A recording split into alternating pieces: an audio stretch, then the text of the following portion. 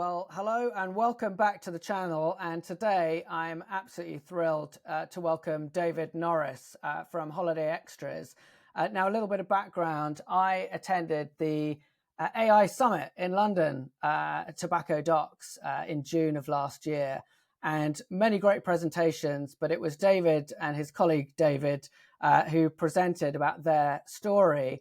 And also picking up, I think, the AI Innovator of the Innovator of the Year award at the summit as well. And the story that David walked through really resonated with me. And so I'm absolutely thrilled, David, to welcome you onto the channel. Thanks. Well, thanks for inviting me, Charlie, and glad you enjoyed the presentation last summer. Lots been happening since then, of course. Very exciting times.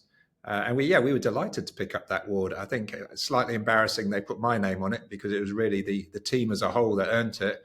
But yeah, it was good to be there. Second time we've been to that conference. It's a good one. Yeah, looking forward to going again later on this year. So we're going to walk through some of the topics that you raised in your session, but for those that aren't aware, maybe you want to just spend a minute and just to introduce Holiday Extras, the size of the team and what it is that you do.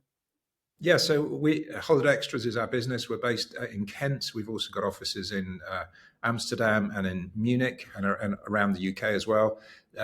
Quite a diverse business, about 800 employees in total.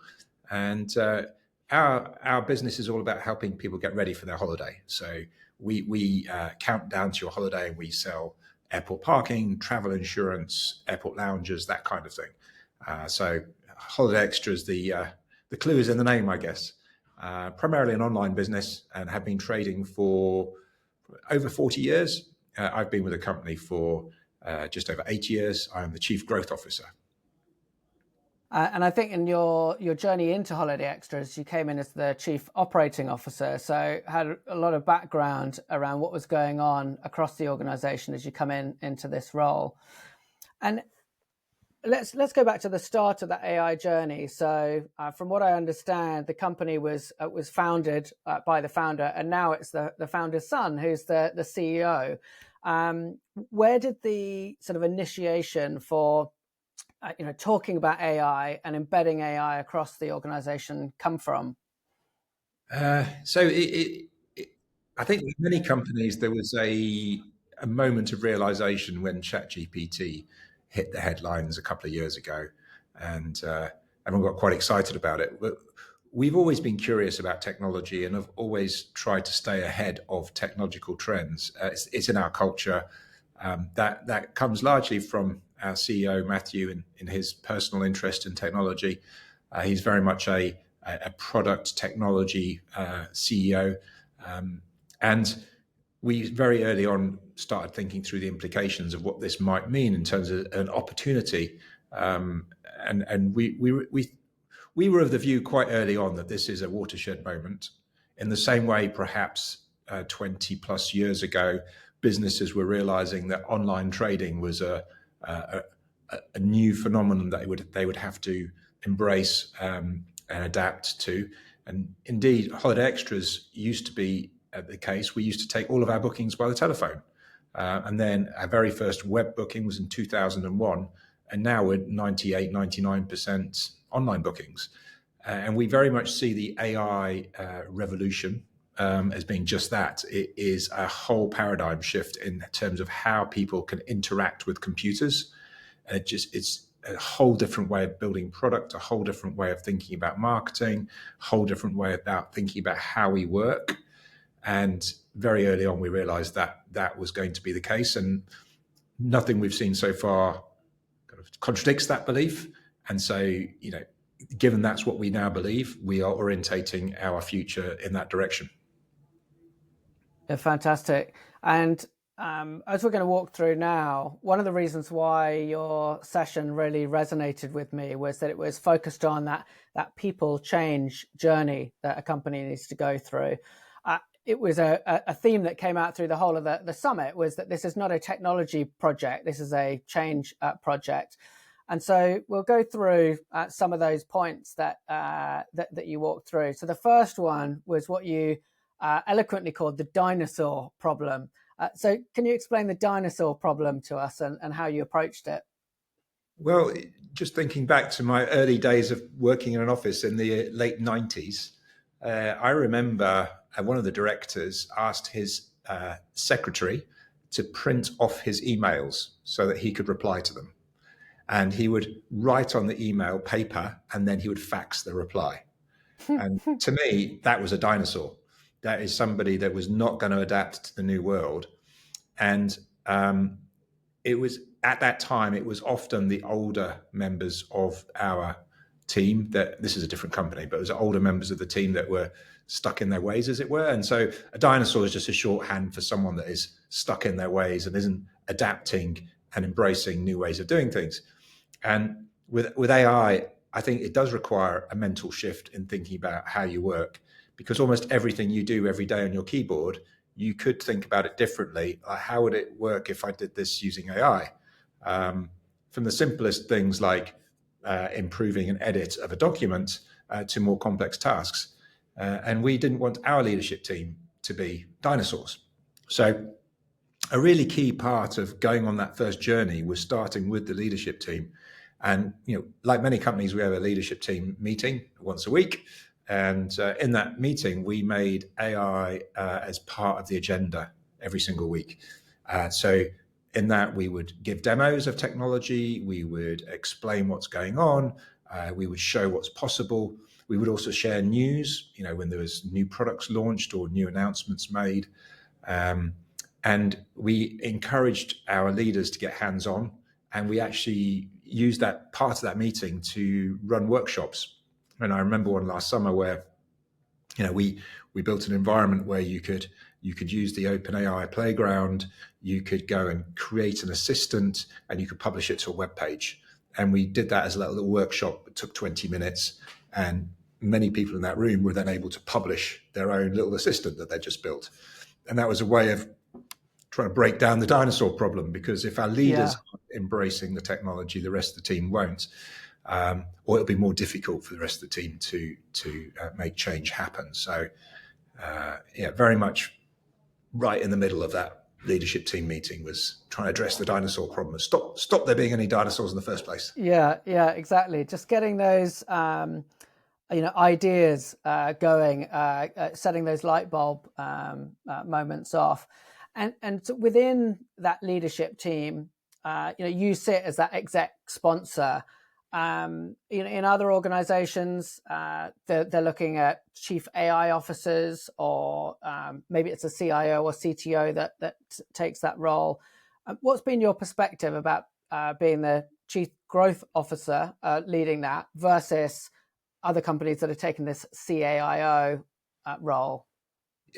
I very much see my role as creating the conditions for growth. And that is in all sorts of directions. So it's being clear on our strategy. It's looking for opportunities in our trading, but it's also about setting our team up for success. So I figure if the team have got good tools and the team can work easily, then they'll have more chance of building interesting products for our customers and building interesting customer journeys for our customers. So I just see it as part of the fabric of what we do. Whilst I have the job title Chief Growth Officer, I've always been quite hands-on myself and get stuck into new technology. That's why I started working in a web company back in 2000, because I just wanted to get involved. And this is the same thing. It's like, okay, this is new. It's interesting. I want to get into it. I don't know anything about it, but I'm going to find out what I can and see how we can bring the team on the journey. So it's yes, exec sponsor in some ways, but really, there's many exec sponsors in reality. I had CEO, not least amongst them. So I guess what I did is I repurposed some of my team to have more of an AI focus, and we built out an innovation team that focused almost all their efforts on building out experimental prototypes and understanding how we work with the new technology. So that's the dinosaur problem. Helping some of those senior leaders get on board and feel that it's it's achievable and obtainable what you can do with it. The next problem that you walked through is called the Skynet problem. And so for some of our younger viewers who might not have watched the Terminator series of movies, Skynet is the machines, and I don't know what date it was, but they become self-aware and they take control and start fighting back. And the Skynet problem is really, that fear of, the unknown.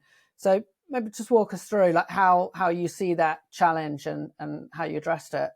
Well, whenever you go into a social setting and start talking about AI, you get all sorts of different reactions. And for me, I sometimes get people that are very excited about it and want me to show me this little video that they've just created. Or alternatively, there's guaranteed to be somebody in the room that says, oh yeah, it's really scary. And I think in any company that will be the case. I mean, it's the case here. There's a percentage of our team who find it scary, not just scary as in machines might take over the world. Maybe they will, maybe they won't. But that some people are scared of that. But also, what does it mean for my job? Am I going to be redundant next year? Will my job even exist? Am I being replaced? In fact, how am I going to do my job? Am I actually able to do this new job that's being asked of me? So first thing we thought was, well, let's stop trying to kind of preach the business benefits of AI, and let's just make it fun. So if we can make it fun and we can get people to try out these new technologies, they will hopefully not see it as so threatening, and will start to enjoy it and start to appreciate the creativity that can be unlocked. So we did a couple of things. One of the big things we did early on was an expo. It was like a 2-day event where we kitted out one of our meeting spaces with multiple workstations where you could walk around the room and spend sort of 10 minutes at each workstation. And at the workstations, there'd be a representative where we would be giving people a fun task to do. Create a startup pitch in 10 minutes using this tool and this tool and this tool, or guess the director, and there'd be a whole bunch of image manipulations of directors, or do a voice cloning activity and get your boss to ask you for a pay rise.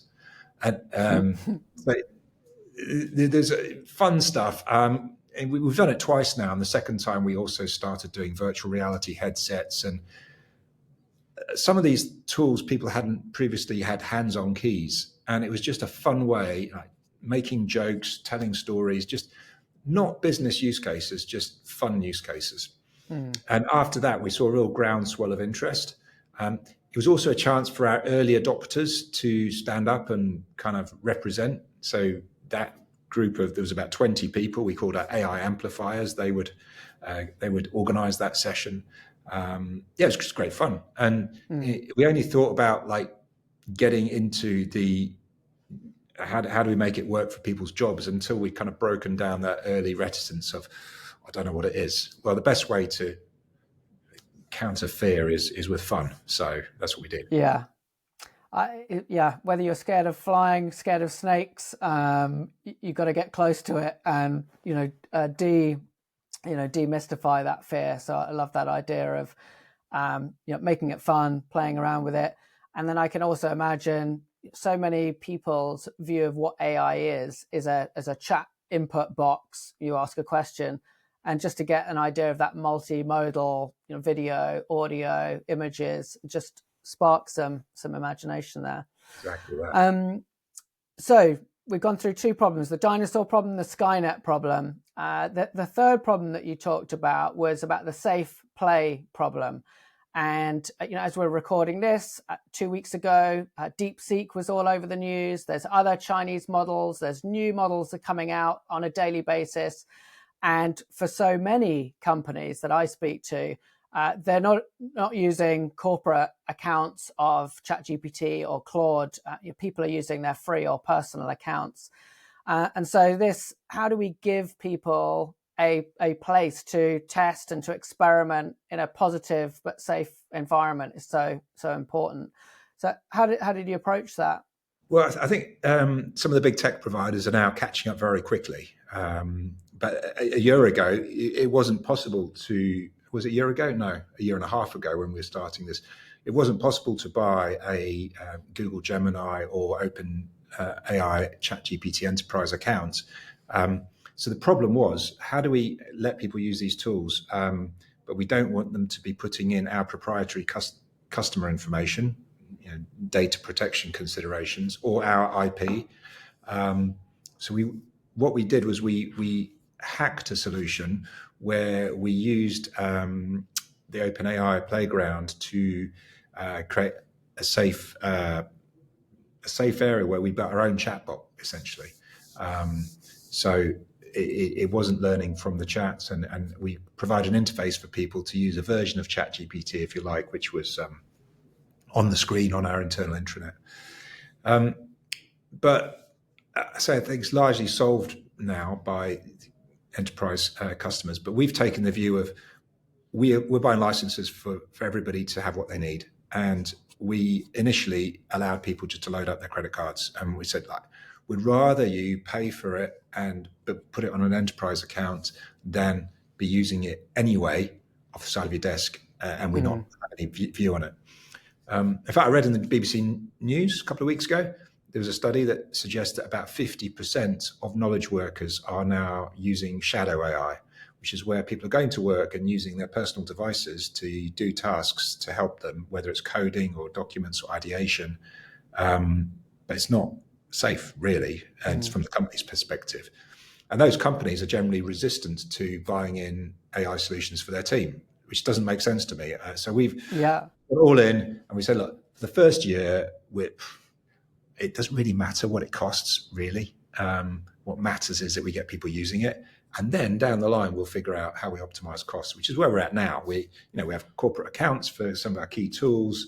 We negotiate those accounts. We're monitoring usage. We're making sure we get the right number of licenses. But early on, it was have a go, load up your credit cards, no restrictions. And actually, a measure of success in the early days was how much can we spend, which is weird, right? But, I mean, that's not the case right now. Right now, we are looking at it quite carefully. But when we first got started, we said, like, you're not experimenting and you're not innovating unless you're spending money. So if that token usage is minimal, well, how many assistants have we built? How many agents have we built? What traffic's going through them? Nothing. So the more we spent, the more we realized we were actually using AI in our work. Yeah, the analogy that I use is, asking a company, do you use email? Oh yeah, we use email. Dave's got a Gmail account. Charlie's got a Hotmail. I think Helena uses a PlusNet email. Okay, that's not how you should be using email as a company. But that is the situation for most companies now with ChatGPT. Oh yeah, Dave uses Gemini. Charlie uses Claude. There's no control, no governance, and no reporting on what's happening. Yeah, and I think that's an important point. Better to be ahead of it. It's going to happen anyway. Yeah. We put together a governance team that looked at the different types of AI, whether it was image generation, text generation, coding completion, looked at the potential risks, looked at how we could mitigate those risks, kept a risk register. So we had that. We put in place some AI principles that we guided people through. And so we're trying to be sensible about it and grown up. But at the same time, we're trying to find freedom so that people can experiment. Yeah. And I think for companies that are thinking through an AI policy and how they're going to approach it, things have moved on a little bit from, let's say, 20 years ago with the rise of SaaS and shadow IT there, that as a CIO, you could realistically lock your network down. When people are on a work machine, you could lock it down to a VPN, you could provide limited access, and people didn't have great stuff at home. But now the most powerful tool someone has got is their own phone that they're paying for. If they can't get ChatGPT at work or Claude at work, they will use it themselves anyway. So it really has to be that approach of acceptance, and how do we give people the path of least resistance and safest and most cost effective for the individual at work. I'd be interested to see how many companies still lock down internet usage at work. I mean, I've been lucky to work for companies where it's very relaxed, and you can pretty much load up whatever you want in your browser. I mean, people are trusted that they're going to do their job. And occasionally at lunchtime, you might check on your school's email, or you might check the weather forecast, and you're not technically working. But I think we're in an area now where you're employing grown-ups to do work and measured on output, and locking down systems like that just to me seems very draconian, unless you're working in like super high sensitive defense systems or something. I don't know. Now, as part of the safe play problem, you talked through setting up an AI center of excellence, and you put up sort of three of the key pillars of that, and I'll just read them out because I thought it was super interesting. So this AI center of excellence, number one was to lead the integration and adoption of AI across the organization. Number two was to create a platform to spark innovation, accelerate the development of AI-driven features and customer-facing assistance. And the third was to prepare our people and infrastructure for an AI-focused future. And what I loved about that when thinking about AI policy, there's plenty of companies that are writing AI policies that are very pessimistic and negative. You must not do this, you must not do that. And here you're setting up we are leaning in, like this is going to define our future. So maybe you could talk a little bit about that AI Center of Excellence, the thesis behind it and who's part of it. I mean, that's developed, by the way. I mean, that team has grown, and it was very much a kind of a wedge strategy. Like, we needed a small group of people that could really create the conditions so that more people could come in behind to take up the charge. And some of the things about the platform, for example, were very basic. Being able to sort out the authentication on our website so that it could work with an AI acting on behalf of a user, rather than only humans being able to make actions on a website. So we had to go back and look at our whole kind of architecture of all of our systems to understand how we might need to change them.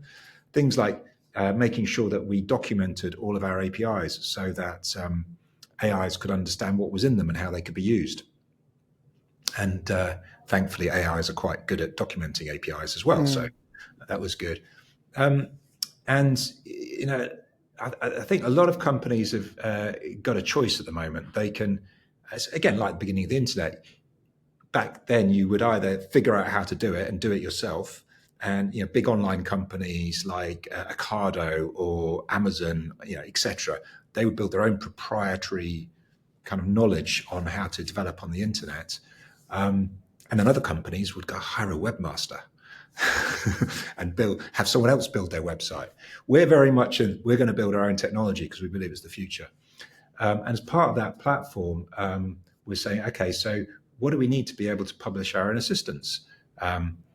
How do we create a testing area where we can test assistants? How do we create tracking around it? How can we switch out different models to see which one works best? How can we monitor token usage? And so the AI Center of Excellence has been in the background working on a lot of those problems over the last year. And we're now seeing stuff in production based on that work. But it did require a concentrated group of people focusing on creating the architecture, the foundations upon which everyone else could then pile in afterwards. And now we're seeing a real acceleration on that. The number of people involved in sort of designing conversations and designing future customer experiences is multiplied, because we now have the technology upon which we can start to deploy and test things.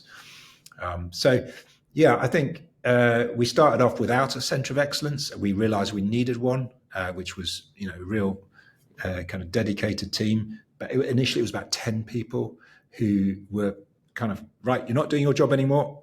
Forget about that. You're doing this thing. So we dedicated resource to it. And now those 10 people are still doing it, but there's probably another 50 people that are working around the edges of that. And that's how we see it going, as we're gradually transforming ourselves into an AI-first organization, in the same way we moved from telephone to internet. Yeah. Well, it took a while, but you mentioned obviously OpenAI and ChatGPT, Enterprise, Gemini. I'm a big fan of Claude, and there's so many different models coming through. It's a very different world to SaaS, where you'd pick one ERP or pick one CRM. How are you handling that as a center of excellence to provide people with access to multiple models, or determining which models to add to your stack? Yeah, we're a big fan of Claude as well. We have an environment where we can test assistance, and we can ask it a question and tell it which model to use, and then we can run the same request on the same prompt on a different model and see the difference in the outputs. I think we've got about 8 or 9 models wide in at the moment. We're primarily looking at Llama, OpenAI, Gemini from Google, and Anthropic, those kind of 4, but we're agnostic. We're going to do whatever works best for the customer. And in time, we will monitor the relative cost benefit of using each one, because some things don't need a very expensive model to run. Others do. So you kind of pick and choose. We think at the end of the day, the technology will improve, the models will improve, but it doesn't really matter, because there's already sufficient capability on the existing models to completely transform our business for the future. It doesn't really matter if development on those LLMs stops right now and never improves from here on in, because there's so much we can do with that. And we need to, because it's amazing what the customer experience is that you can build when you're kind of released from the kind of the constraints of use cases, wireframes, front end code, user testing in the old way. When you have conversations that can flex and be agile and sense what the user needs, you can move a lot faster. Yeah, one of my favorite sort of authors and social people to follow is a guy called Ethan Mollick, who wrote a book called Co-Intelligence, which definitely I recommend to anyone that is trying to get a handle on what's going on. He talks very eloquently about that. He had a post the other day which said, even if all development on AI stopped today, which will not happen, there's 10 years worth of change enablement to happen to get most businesses just to use what is available today. Started reading that book, Charlie, and I agree with you. It's a great way of like pragmatically, what can you do with AI? Yeah. And that actually reminds me, Benedict Evans writes about this as well. And he says, a lot of technology that is being deployed now and making money now for companies is technology that was developed 10 years ago or 20 years ago. And the whole tech industry is focused on what's going to be the next 10 years. But actually, how companies make money is building on technology that already exists. Yeah. Whether it be app stores or social media platforms or cloud-based infrastructure. That all happened 10, 15 years ago, but it's still viable to create. Compounding and just embedding and changing those processes. And that kind of moves on to the next problem that you talked about, which is the ignorance problem. So this is where, looking across teams of people and going, look, I know it's important. I know we need to be doing this, but I just don't know where to start. I'm not a developer. I'm not an AI specialist. So, how do I get started? And you touched on one of those things a minute ago. You talked about AI, do we call them activists? AI amplifiers. Yeah. And then also AI business partners. So could you just explain what's the difference between those two and how you I mean, it's been a little model that's worked well for us, which is thinking about in a similar way to where you, finance or HR or people team might partner with business. We thought, you've got a thing called a people team, HR team, and they have HR business partners. So that's an HR specialist that works with part of the company. And then you might have a finance team, and then you might have an analyst that specializes in a certain area of the company. So they're partnering from the finance team with a. So we thought, what if we could create something similar for AI? That's where it came from.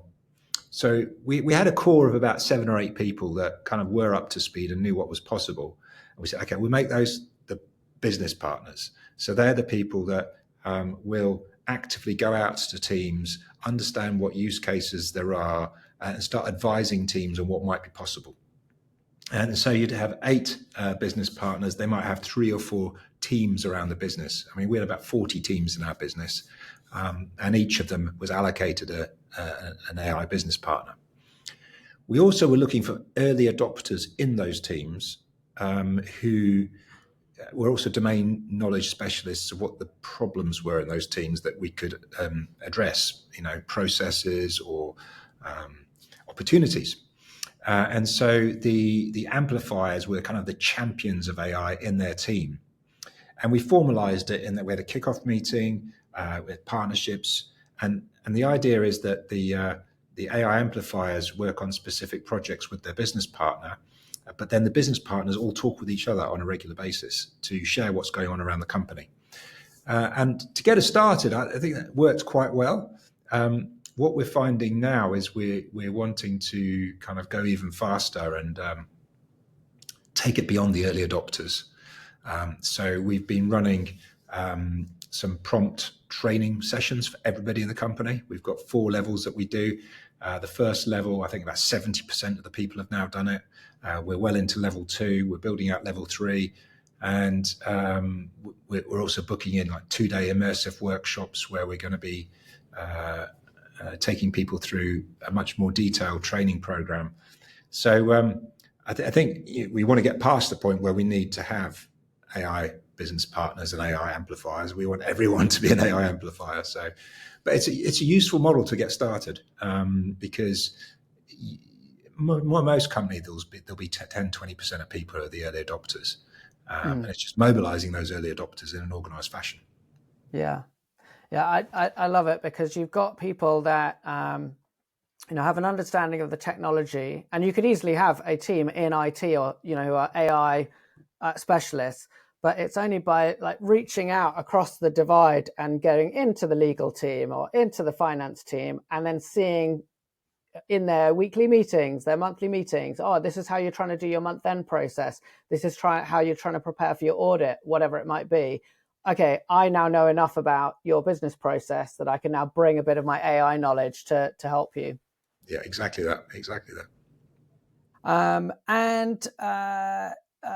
So then, to bringing us towards a close, one of the things that I took from your session is that you don't have an AI strategy. AI is the strategy. This is it.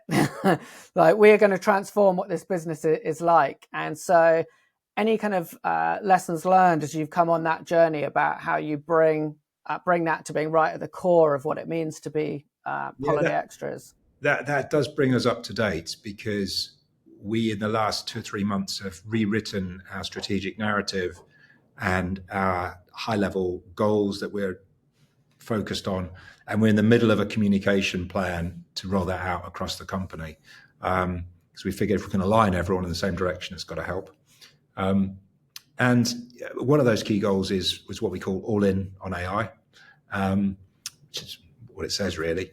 And really there's 2 things behind it. One is we believe that AI will help us move faster in technology on top of our kind of quite complicated legacy system of technology. And it will allow us to make the user experience much, much more relevant and personalized in terms of providing the right offers to our customers for their trip based on their history and their preferences, and their language and their currency. And there's so much that can be done with AI in terms of the personalization, which goes above and beyond product recommendations, but that is part of it. And the second thing is we think it can actually help simplify a lot of what we're doing, and cut out a lot of waste. And we think we can re-engineer our business model to become leaner, more scalable as a result. So it is absolutely core to what we're doing. We have a couple other key goals as well, but they are largely rest on our ability to execute well in AI. So yeah, we've put it right at the heart of our business strategy, and we're therefore organizing around it. I suppose, if you're in the Industrial Revolution in the 19th century, you might have decided the same thing when steam power became a technology. You may have decided, I'm going to reorientate my factory around steam because Yeah, water mills are things of the past. And actually, that's exactly what we're doing. We say, I'm going to reorientate my business around the technology that's now available. yeah, yeah. Well, so if you were speaking to a CEO or a non-technical CXO at a company who's listened and feels inspired, but is maybe in an organization that hasn't got that sort of strategic leadership that you're getting from your CEO, where would you suggest that they start? Is there, we talked about books, but is there a specific thing they should watch, something they should go to? How would you coach them? I've always been a great believer. If you don't understand something, then just do it, because there's only so much you can learn from theory, and a lot of what you learn is from practice. So if you're not using AI in your job every day, figure out how you can. And if you're not sure how you can do that, ask the AI. Yeah. I often ask, like, what would be some good things for me to do to try and solve this problem? Or have you got any ideas on what I should be doing next with my priorities, given these are what I've currently achieved? It, there's a creative sparring that can go on there, which can lead you in the right direction. So I believe in learn by doing. In fact, my personal development at the moment is I'm trying to learn if I can use Copilot to build an app, not being a developer. And so I've partnered with one of our developers to do some coaching with me. And I'm halfway through building a half usable app using AI. And I just figured I'm only going to learn how to do it by doing it. So I'm going to get stuck in. So that would be Yeah. my advice. Get in and play with the tools. It's the best way.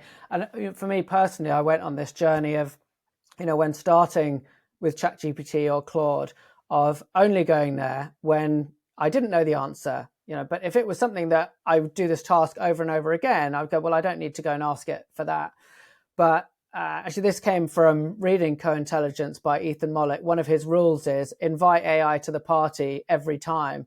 And so now, whenever I get a task or something that I'm asked, I go to Claude immediately and say, this is what I've got to do. This is how I would normally approach it. What do you think? And I always come away with something like, I can go faster, different approach. Yeah, exactly. I think in terms of company strategy more broadly, there you see this in enterprise more generally, but there are companies that will invest in their own solutions, and then there are companies that will buy it from enterprise software vendors. So, for example, Salesforce are making a big deal about their AI assistant capability for customer service. And so a company could go to a company like Salesforce or Sprinkler or one of the big providers and say, I need an AI enabled contact center tool, and they would provide it and you can pay for it. We've gone down the route of, well, we want to build our own solutions. But that's the choice, I think, is do you build your own solutions using some of the building blocks, or do you go and use somebody else's? And I think the rule of thumb is what I've always said for technology is, if it's an area where you can develop some expertise and some differentiation, then maybe invest in it yourself. I guess Ocado could be an example of that for their warehouse management. But if it's something which is kind of a commodity thing, then don't do it yourself. So we use Gmail, like a lot of companies do, because we're not going to invest time in building an email client. We're going to buy one. So I think the question is, as a company, what do you need to build versus what do you need to buy? And buying stuff is generic off the shelf. The building is where you can add some proprietary value. And I think most companies will find ways of creating some proprietary value with AI. It'd be interesting to see how this develops. David, thanks so much for sharing your experience, your story, and your advice. If people want to get in touch, how can they get in touch with you, and how can they be helpful to you? Yeah, thanks, Charlie, and thanks for having me on this. Yeah, I mean, I'm on LinkedIn, David Norris, Holiday Extras, so you'll find me there. Always happy to talk about you know creating an AI friendly culture and how to make change happen. So yeah, stay in touch.